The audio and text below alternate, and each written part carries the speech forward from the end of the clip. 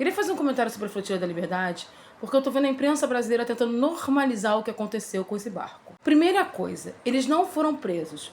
Anotem isso, os integrantes da Flotila da Liberdade não foram presos, eles foram sequestrados. E por que eu tô falando que eles foram sequestrados? Porque você não pode prender ninguém em águas internacionais como Israel fez. Uma coisa era a Flotila da Liberdade ter entrado em águas israelenses, mesmo assim essa prisão seria irregular, porque eles são um grupo humanitário, uma bandeira humanitária, que o mundo sabe. Mas mesmo assim Israel ainda poderia utilizar uma brecha. No caso, como foi feito, Israel prendeu eles em águas internacionais. Israel não tem jurisdição para prender ninguém em áreas internacionais, em águas internacionais. Isso significa que essas pessoas foram sequestradas. O governo israelense agiu como pirata. Confiscar barcos em áreas internacionais sem nenhuma ordem é pirataria, da forma certa de falar. Então, só esse processo de captura do barco já é completamente legal, porque você não pode capturar um barco em águas internacionais nem prender seus tripulantes. Segunda coisa, o direito internacional é claro, você não pode prender humanitários, você não pode prender pessoas humanitárias, a não ser que seja uma situação de muita exceção, mas é muito raro.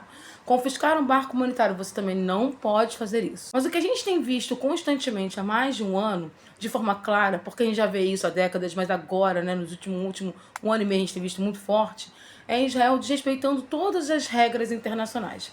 E assim, ela desrespeita todas as regras internacionais porque o mundo permite. O problema do mundo permitir que um país desrespeite as regras internacionais é que ele abre um precedente. Israel tem aberto vários precedentes, inclusive o ataque feroz aos civis. Quem abriu o grande precedente foi Israel. E agora Israel acaba de abrir mais um precedente, que é você sequestrar barcos em águas internacionais.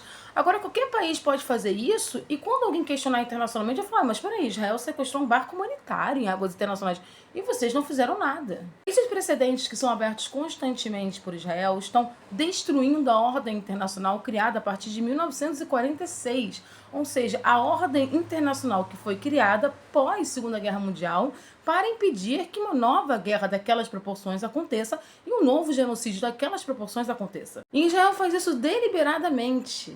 E aí quando as pessoas perguntam assim, mas por que o mundo permite isso? Porque o mundo não quer enfrentar os Estados Unidos.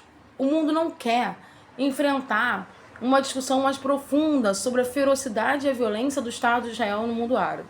Mas às vezes, em nome da verdade, em nome do certo, o nome da manutenção da humanidade, escolhas políticas têm que ser feitas, mesmo que elas levem a perdas políticas. Posso te garantir que se um país do G20 nesse momento romper relações com Israel, diplomáticas, ou impor sanções econômicas severas a Israel, a gente vai ter um bloco, todo mundo fazendo em seguida. Tá só esperando alguém começar porque tá todo mundo com medo das perdas políticas internas e externas, essa que é a verdade. Tá todo mundo com medo de como Trump vai agir se romper relações. Tá todo mundo com medo de como a extrema-direita interna dos países vai reagir se romper relações ou se aplicar sanções econômicas severas a Israel. O que as pessoas precisam entender é que tem que ser, em momentos históricos, esse medo tem que ser ultrapassado para a manutenção da ordem internacional. Se você tem um país que reiteradamente desorganiza a ordem internacional, desrespeita a ordem internacional, rasga convenções internacionais, esse país precisa ser parado sim.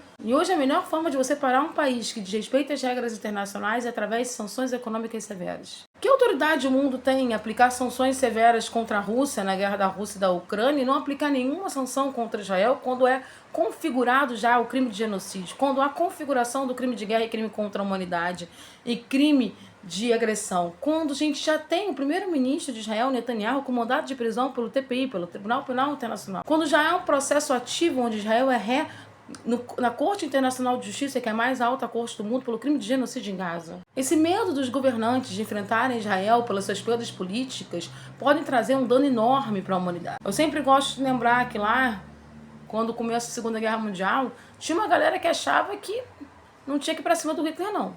E ainda bem que teve uma galera que disse que tem que ir para cima mesmo que tivesse perdas políticas. Vivemos um momento crucial da humanidade e não podemos admitir que um Estado tão pequeno colapse toda a ordem internacional que já não está bem das pernas.